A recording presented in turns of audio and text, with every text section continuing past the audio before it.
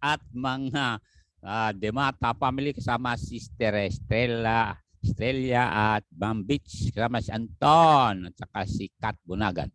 At ganoon din ang mga Bautista Malanon family, ganoon din po La Forga Bangalan family, Paranan family. Salamat po. Ganyan din Ma'am Teresita Isomera and family kasama Florentino at the Rizan family.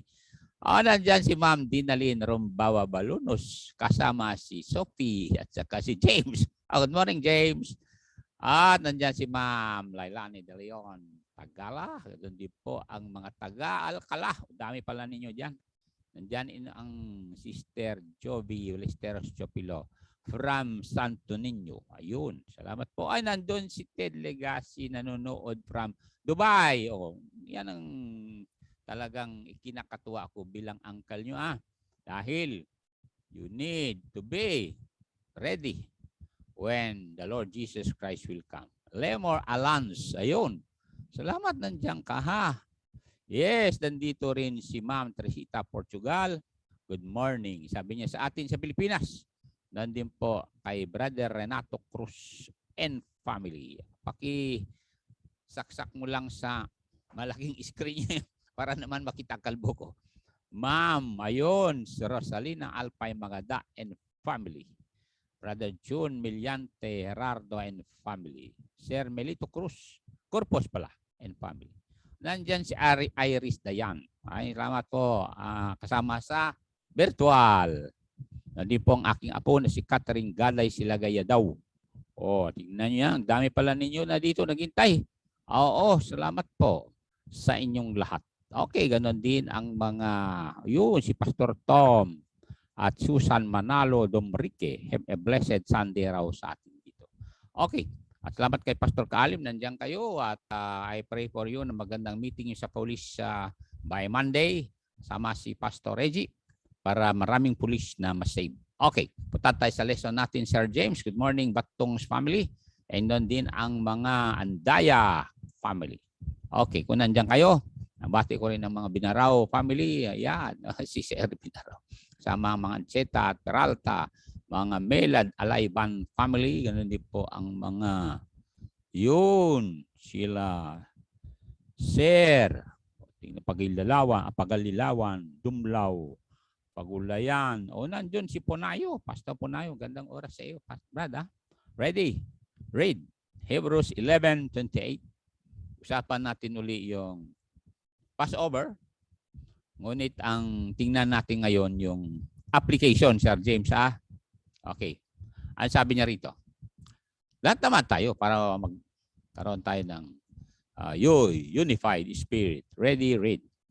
Through faith, Moses kept the Passover and the sprinkling of the blood. Doon tayo mag-camp ngayon, Sir James. Doon the application of the blood or the sprinkling of the blood, lest he that destroyed the firstborn should touch them. Okay, let us pray. Heavenly Father, thank you again for your love to us, how you made us reach this very hour wherein the world is still in panic in relation to this virus. Yet, Lord, we are seeing that there is a relief here in our place, for the virus is not engulfing us anymore, but we need to be careful as senior citizens. Bless our country, bless President Duterte, Mayor Jeff Soriano, may Governor Mamba, and also all the local government officials. Bless also the DOH who is attending to these COVID victims, like the doctors, the nurses, the midwives, and all who are involved, oh God. Thank you for our policemen who is keeping peace and order, the army, and also the firemen, barangay officials. Bless them. Bless my fellow pastors now as they preach the word of God, that many will come to know Jesus Christ as their Savior and apply the blood into their soul, that we will see them in eternity. Now, I commit to you my brother Dan Espelico, who is now in the hospital, that he can recover from this COVID-19 in Jesus' name. Amen. So maraming salamat po sa mga Miliante Gerardo family. Ganun din po sa mga Kaleda Pawig Palatan family. Magandang oras sa inyong lahat. Okay? So, tayo dito sa lesson natin. salamat muli kay Sir James Tobias Batong na siya ay marunong mag-outline nito mga kapatid at I pray na God will just bless you. Din ang mga Sinopera, Florentino family. At mag-pray tayo na ang bagyo ay hindi bubunggo sa Cagayan kasi trajectory na talaga matatamaan Cagayan pero medyo malayo pa. We'll just pray na God will just push it away para naman masaya mga farmers natin, di ba? Pastor Bukel. Yun. Maraming lang ito. Now, we'll go to the importance. Kasi nandun tayo sa sprinkling of the blood. Okay? Dahil ganito yun. Yung blood of the lamb na nakalagay sa basin, o kaya sabihin mo lang sa sisidlan, either kaldero yan ng kawali, cannot be effective without applying it to the lintel and the two side posts. Kinakailangan may word na you need to apply na po. So, the lesson now is the importance of applying the blood on the lintel and the two side posts. Parang cross yun eh. Taas, tapos pansin nyo, magkabilaan. So, mapansin nyo, ganon. And that signifies the coming Lamb of God who will die for your sins and my sins. So, ang bilin ko po sa lahat, please lang, please. Please don't leave this world without applying or accepting Jesus, God's lamb sacrifice for sin. Please lang. Please don't leave this world without seeking how to be saved. Please lang mga kasama. Pakisabi ko, seeking how to be saved kasi ganito yon. Sa Isaiah 59:1 and 2, mapansin nyo rito na kinakailangan lalapit tayo sa Panginoon. Di ba may lesson tayo na seek the Lord while He may be found? Baka ibang iniisip nyo. Baka iniisip nyo, mall dito, mall doon, pasyal dito, lalo-lalo medyo maluwang-luwang na. By mga kasama, you need to think about the Lord, how to be saved. Ay malinaw yon sa Word of God. Na kailangan while here on earth talaga, please do everything to seek the Lord in His Word. In His Word, how to be saved, how to know Jesus Christ as your Savior, and then make a decision to accept Him so that you will also avail of the blood sacrifice that He shed on Calvary's cross 2,000 years ago, and that will make you a member of God's family. Ready? Isaiah 59:1 and 2. The Bible said, behold, tuloy nyo, the Lord's hand is not shortened, that it cannot save, neither His ear heavy, that it cannot hear. But your iniquities have separated between you and your God, and your sins have hid His face from you, that He will not hear. So, kinakailangan maayos yung kasalanan. Po. You must understand ang kasalanan ay hadlang yan na para hindi ka ma-save. And that's why you need to repent. Magsisi ka. Kasi malinaw ho yan. Sabi niya, your sins have separated between you and your God. And kung hindi maayos yan at namatay ka, hindi mo natanggap ang natawag na lamb offering, na yan lamang ang paraan para maiugnay ka muli sa Diyos, then wala.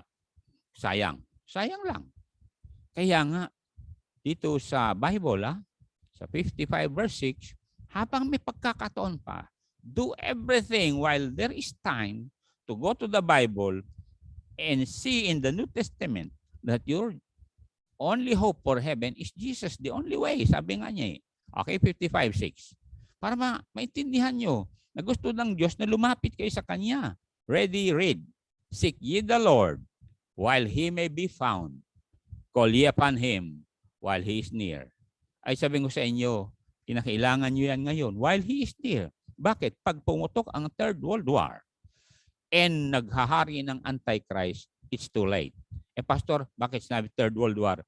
The fact na binunggo ng American submarine ang poste na nilagay ng China sa dinadaanan ng nuclear submarine sa South China Sea is under investigation.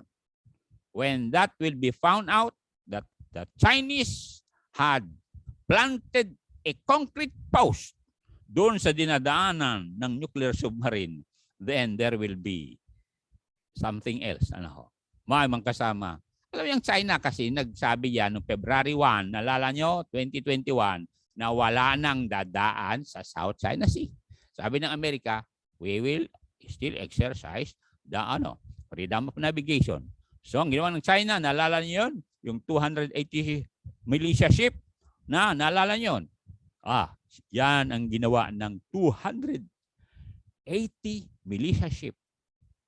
Alam nila, dinadaanan ng nuclear submarine. Ngayon, binunggo noong October 3, yung posting yon. Mabuti, hindi sila sumabog. Sapagkat nuclear ho yan, may tagas yan, delikado. At umuwi sa Guam, pinapaayos pa ngayon. Pero we know that the Third World War is going to happen according to Revelation 6 verse 3. Ngayon, hindi yung pag-usapan natin, pero crucial ho yung eternal destiny mo. Please don't leave this world without accepting the lamb sacrifice, the Lord Jesus Christ as your Savior. Please lang, ha? Yes, sister. Thank you.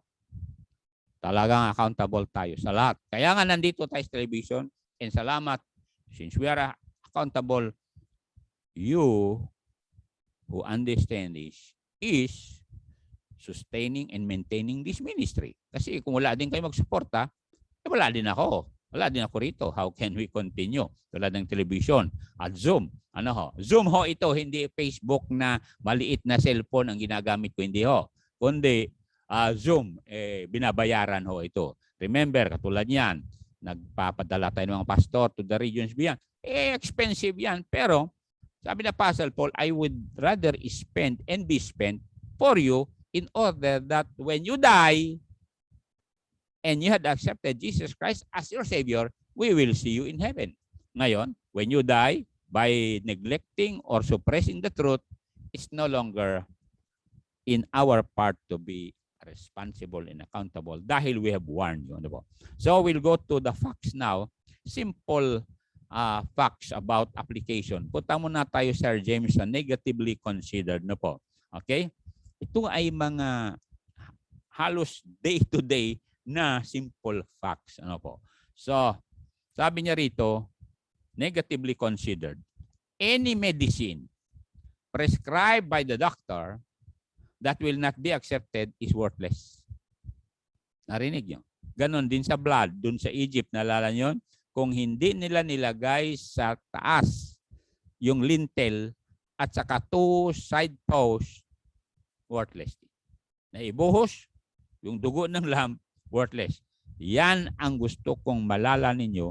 Yes, his blood was shed 2,000 years ago. Kung hindi nyo i-apply yan sa inyong kaluluwa, worthless. Ibig sabihin, as I said kay George Wilson, a pardoned paper rejected is not pardon at all or worthless lang. Signed by the governor yan. So, kapatid, yan.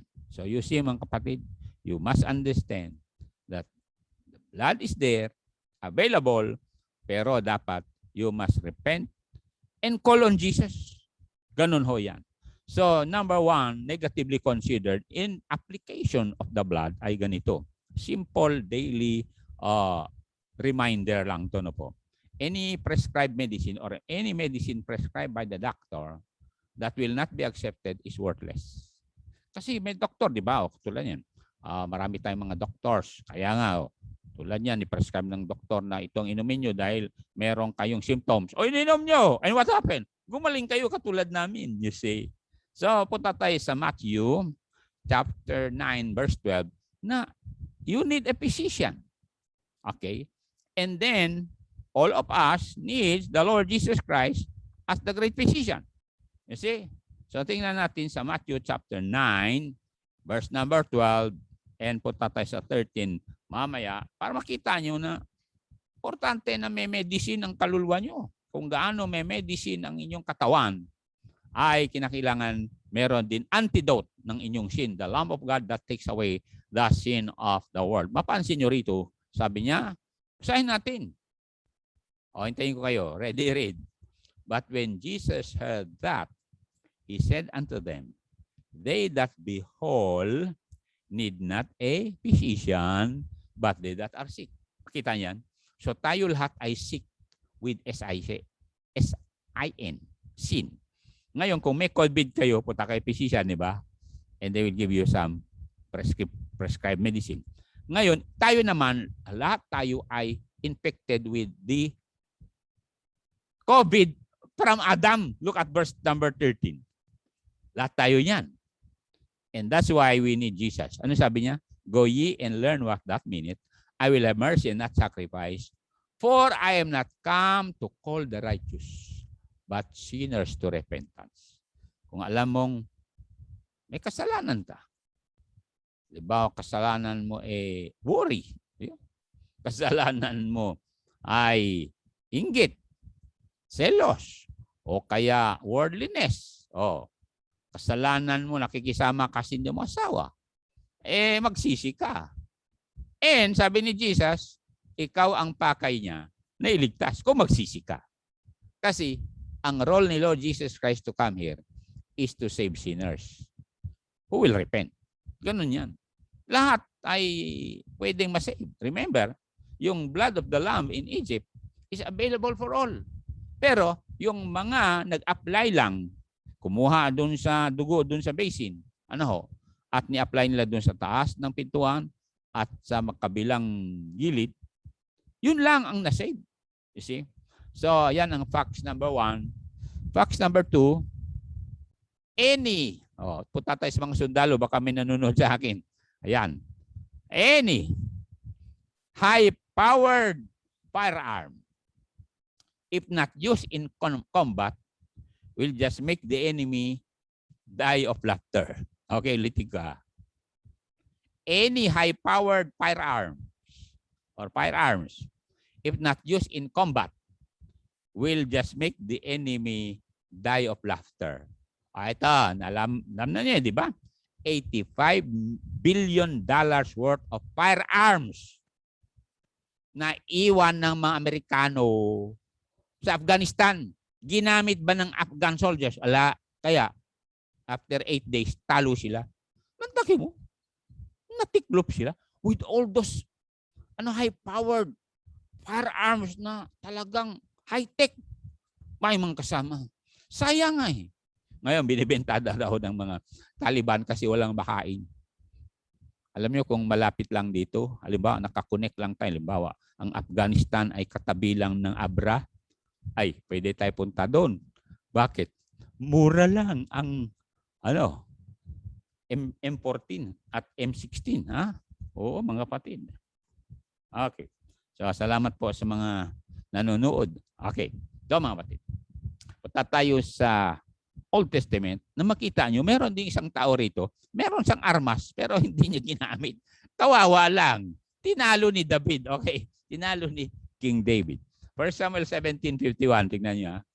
Kaya nga, dapat mang kasama. Gamitin natin. Apply it. 1 Samuel. Okay. 17:51. Okay. 1 Samuel chapter 17:51. Tingnan yung nangyari dito, ha? Anong sabi niya?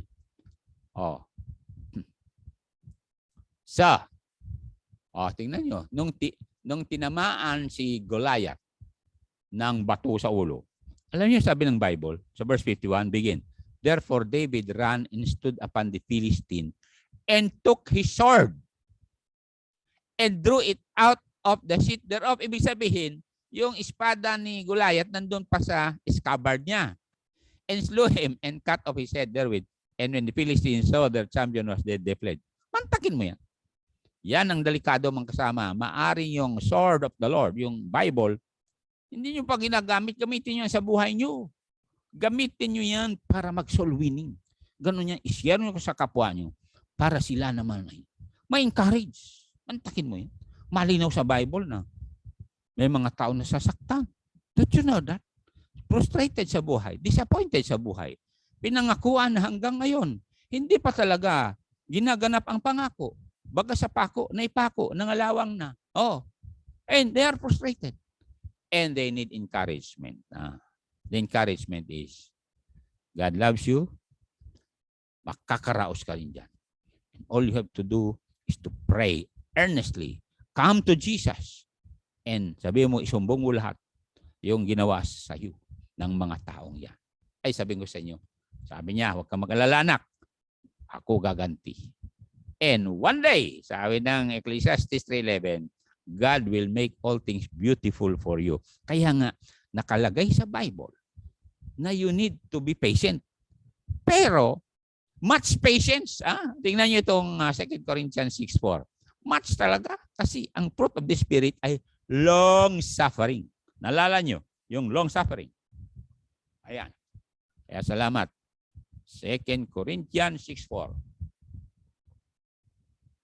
Basahin natin. Ano sabi ni Apostle Paul sa atin? Sa ating lahat to. Please lang, lahat ng tao, Pilipino man, Amerikano man, sino dyan. Lalong-lalo na yung mga nabibigo. Ready, read. But in all things, approving ourselves as the what? Servants of God or ministers tayo eh. Ibig sabihin, tayo nasa ng Diyos para paglingkuran ng kapwa natin. Did you know that? At sabi niya, in much patience. In much patience. You see? In afflictions, in necessities, in distresses. Kaya nga, alam Pastor Bukel yan, di ba? At saka si Pastor Gilbert, in much patience talaga. Nung lalo mainit. Di ba, Brother Romnick Darisan? In much patience, brad, di ba? So, mapansin nyo, much talaga, patience. Aram redundant yata ito. Pero hindi. Kasi ganito yon. There are times that men's patience is only 50%. Maaring yung iba, 60%. Pero alam niyo, sabi ni Lord Jesus Christ, kung yung patience ng iba, yung kanilang pagtitiis ay hanggang 60%, 70%, lampasan mo pa yan. Look at this verse. Matthew 5:41. Kaya nga, nag-survive ako hanggang ngayon. You know why? Kasi much patience talaga. Bilang pastor, sabi ko sa inyo, hindi basta-basta to. Don't you know that? Na taong hawak mo. Later on, sabi nga Pastor Bukel at Pastor Hernandez, kung lahat ng membro mo, Pastor Legacy, mag-boycott yan, wala na kaming puntahan dito at wala na rin kaming wala ka na rin ibayad sa amin. Tama nga naman. Nung gagawin ko, wala. Kasi wala naman akong palayan dyan. Hindi katulad ni Pastor Tom, Pastor Bukel na may palayan. Totoo yan mga kapatid. Kaya sabi niya rito, much patience talaga. Because we don't want to lose any member.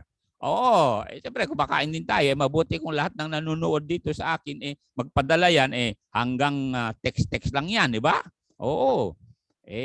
Siyempre, nakikinabang sila sa Word of God galing sa atin, pero siyempre, there will come a time siguro na they will say, Pastor, can we pitch in? Pero hindi ako naghihintay dyan. Ang hinihintay ko yung mga membro na nakakaintindi na ang pagtitiis ko rito, tagal na.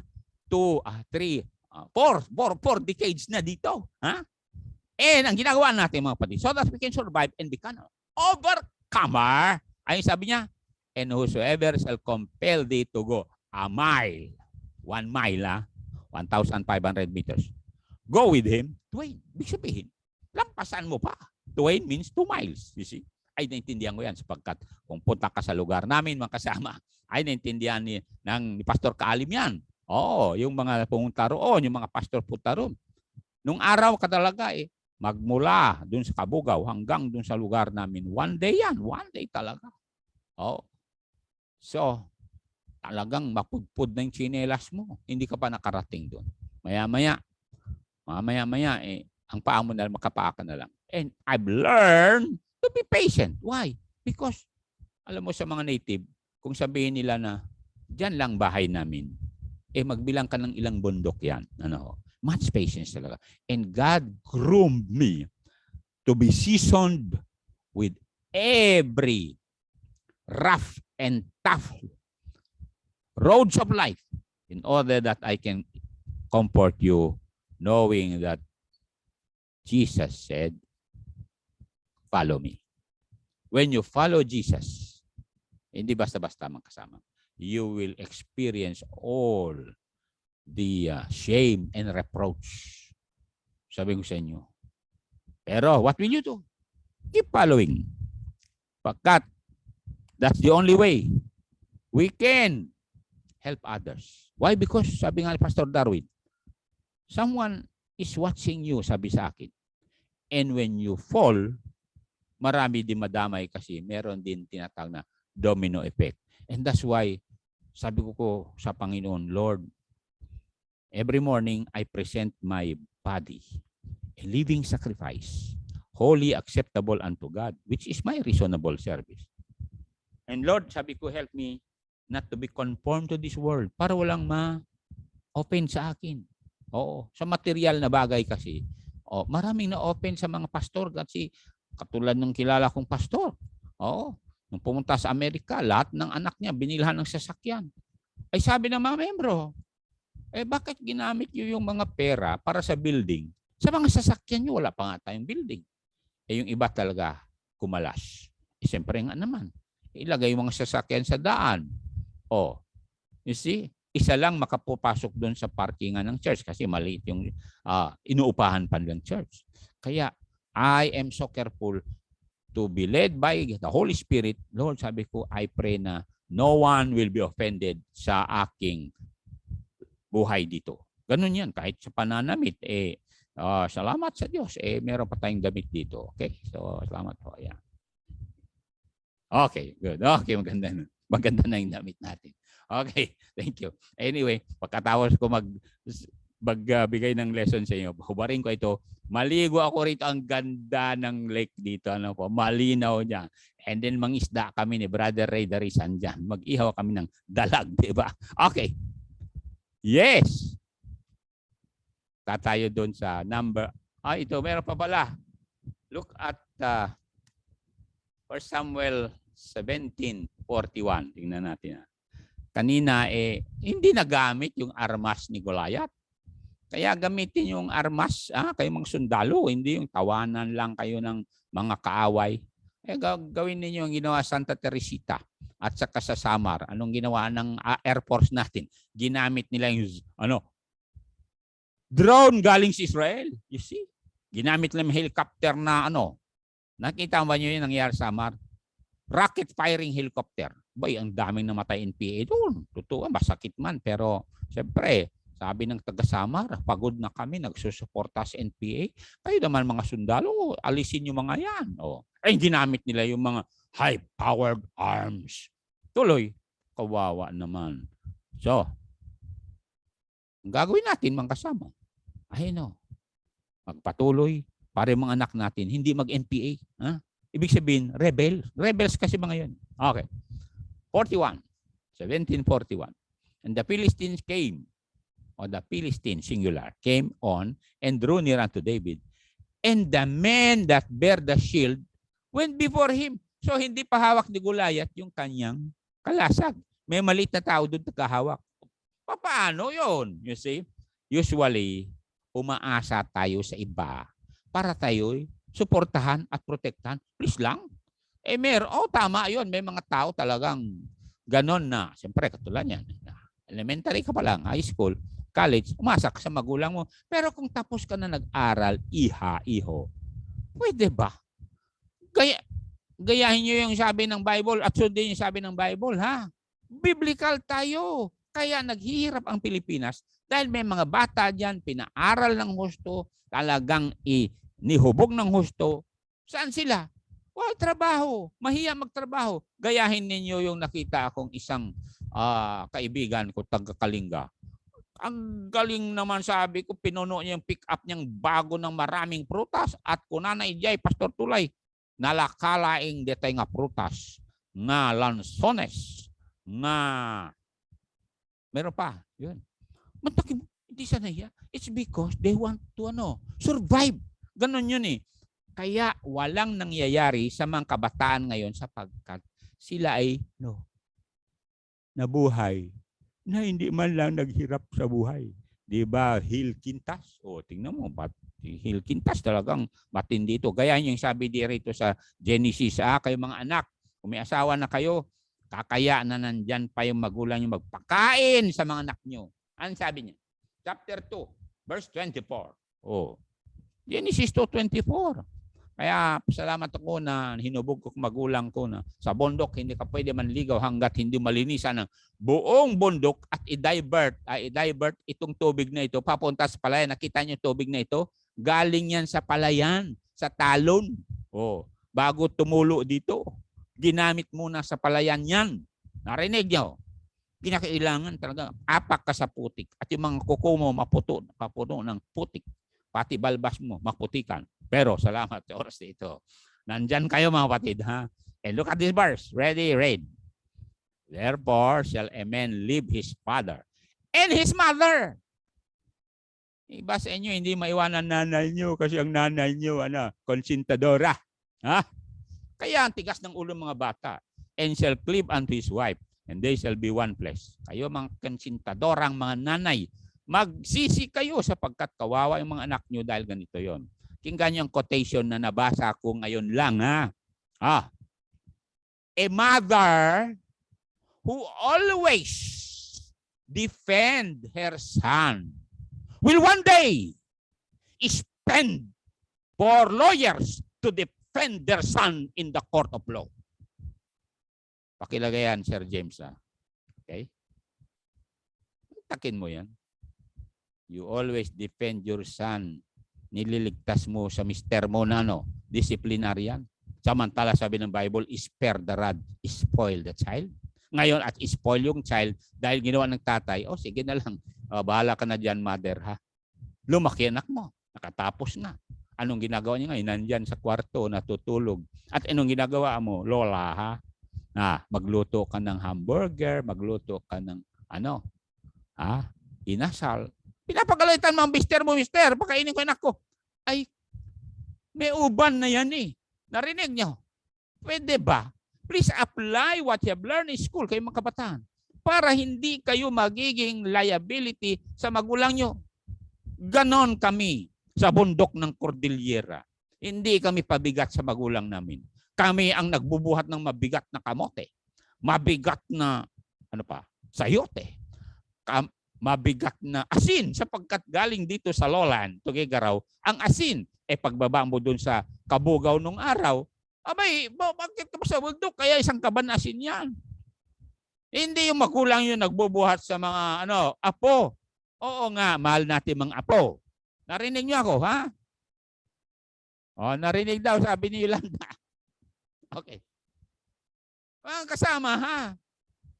Kaya hindi raw umagot ang Pilipinas, sabi ng isang survey, dahil ang mga anak nasanay nahatiran ng pagkain sa kwarto.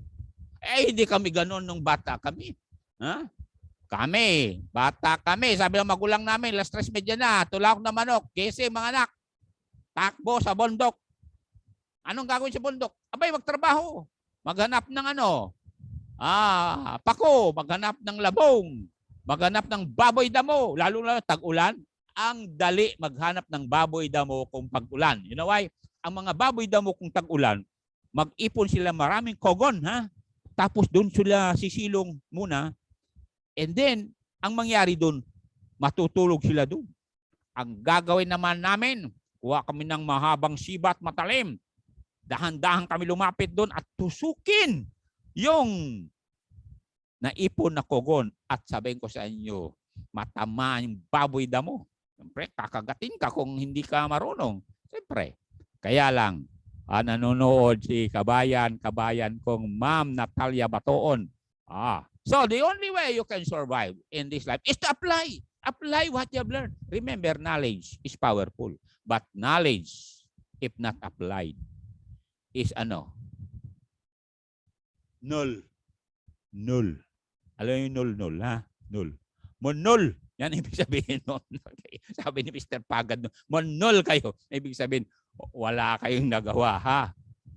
Kaya nandito ako. Encourage Filipinos. Bakit ako nag-survive? Nag-survive ako sa Olongapo. Nag-survive ako sa Angeles City. Nag-survive ako sa Australia. Ngayon, nag-survive na naman. You know why? Because I follow the protocols. And the protocol is, anong sabi niya rito? Basahin natin, mga kapatid. Look at this. Ano sabi niya? Psalms 1:1-3. Mga kasama, mga kapwang Pilipino, we can. Kaya lang, gayahin naman natin yung mga nag-excel. O katulad ni pangalan Efren Reyes, nalala nyo? Ni Alinate, yung bulag na singer na Pilipinas sa France, di ba? O si Manny Pacquiao, sino lang si Manny Pacquiao nung araw? Pero sabihan niya man yung si Manny Pacquiao, wag nang mag-run sa presidente. Sayang yung pera niya. Ay, sabi ko sa inyo, nasa YouTube ako ha. Pakikalabit ng si kapatid na Manny Pacquiao. Atras ka na lang. Naririnig nyo? Si Singson nga nagsabi sa kanya, Manny, atras ka, sayang pera mo. Oh. Ako rin nagsasabi bilang pastor na ito si Manny Pacquiao, bata pa yan eh. Ako, 68, siya ay 40. Oh, bilang kapatid, Manny, kung nakikinig ka, hindi walang mawala sa iyo kung isacrifice mo yung pride mo pag run presidente. Ay, bongbong kami rito eh, di ba? Oo. Ay, kapatid, si bongbong naman, he can face international audience yan eh. Oo. At pag English niyan ay matitindi yan, ha? Oh, kasi like father, like son. Okay, salamat po. At maraming boboto kay Bongbong. Kaya kayo na iba, ay, atras lang kayo. Dapat dalawa lang sila ni, wag ko nang sasabihin. Pero mga pastor, pakinggan nyo ako. Walang pastor boboto sa babae. Bawal yan ayon sa Deuteronomy chapter 17. Dapat lalaki. Hindi tayo naniniwalang ng babae, pastora. Wala ayon sa 1 Timothy chapter 3. Anyway, nandito tayo sa apply pala. Okay.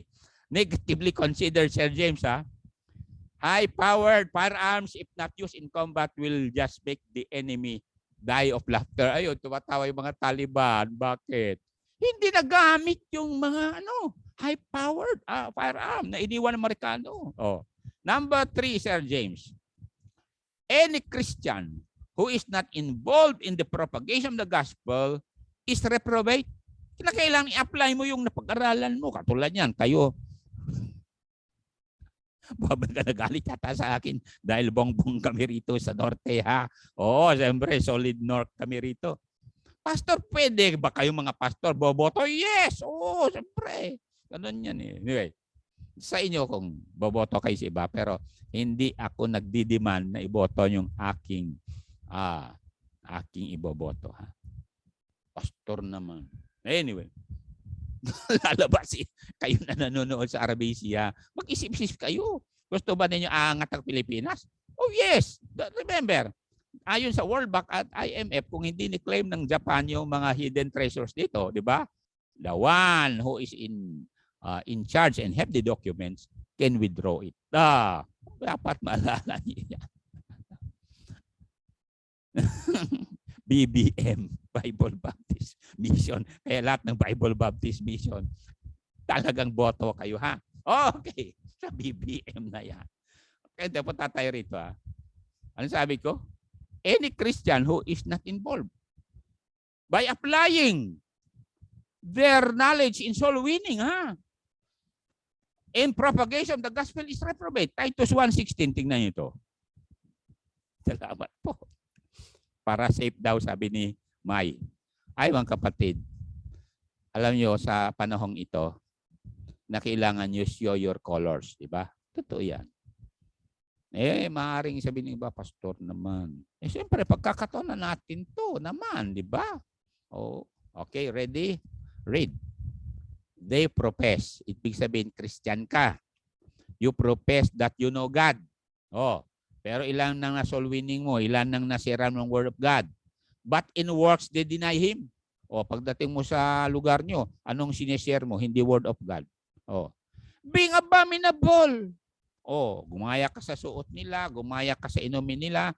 Being disobedient ka pa, wala ka pang part sa ministry. And to every good work, reprobate. Alam, ibig sabihin ng reprobate? Walang silbi. Ganon yan. Sinabi din Attorney Caleda sa akin yan, May, para maging safe daw ako. Nung araw, alam niyo, safety is of the Lord. Sabihin mo lang talaga, ang ikakaunlad ng Pilipinas, tingnan ninyo yung ginawa ni Bongbong Marcos diyan sa Norte, ha? Nakita ba niyo windmill niya? Ha? Ayaw pa ninyo yan? So, mga kapatid. Nasa sa inyo ho yan, mga kababayan, na kung sino boto nyo. Meron naman freedom of suffrage, di ba? Hindi naman ibig sabihin na, ng mga ganyan sa rapture. Tama yun. Pero habang nandito tayo, mga kapatid, ano bang sabi ng Bible?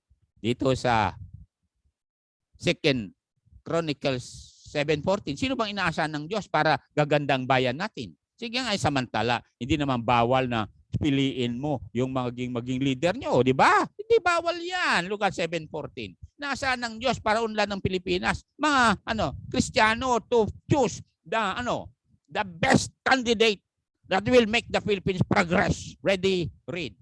If my people, kayo yun, which are called by my name, shall humble themselves. Evaluate. Kaya nga sabihin sa mga pastor, evaluate natin kung sino presidentiables. And pray. Pray para ilig tayo ng Diyos kung sino. And seek His face. And turn from our wicked ways. Our wicked way is, compromise. Alam nyo, may mga pastor bigyan ng pera.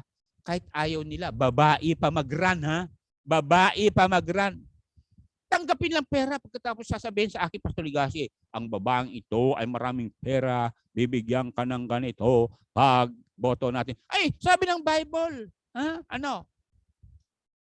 lalaki dapat. If my people who are called by my name shall humble themselves and pray and seek my face and turn from their wicked ways, then will I hear from heaven. I will forgive their sin. Heal their land. Pinag-aralan na natin yung heal their land eh. You know, sabi ng Bible, when Jehoshaphat became king, there was a healing in the land. Basahin ko lang sa inyo ang chapter 17 ng 2 Chronicles bago ako mag-pray. Pagkat, chapter 17, verse 1. Okay? Anong sabi niya? Kinakailangan may magandang hari eh. And Jehoshaphat, his son reigned in his estate and strengthened himself against Israel. Verse 3. Ano sabi ng verse 3? And 4. And then mag-pray na ako. 3 and 4. And the Lord was with Jehoshaphat because he walked in the first ways of his father, Ferdinand Marcos. Hindi pala. His father David. And sought not unto Baalim, but sought to the Lord God of Israel and walked, in his commandments and not after the doings of Israel. So, mga kapatid, it's up to you. Pero pagkakataon ko ito, sabi ko sa inyo, maaaring ibang membro, ayaw na namin kayo, pastor, kasi ganyan ka. So what? Bakit? Ang dami ng membro dito umalis. Bakit? Sa pagpipreach ko. Di ba, Ma'am Miriam? Ma'am Lingayo. Ganon yan, mga kasama. Na malinaw sa Bible, man, Jehoshaphat. Iboto nyo nga ron si Ahab, Ahab na alam niyo kung sino si Ahab? Si Ahab ay isang wicked king na ayaw yung salita ng Diyos. Ganun yan. So, would you want progress or you sit on the fence?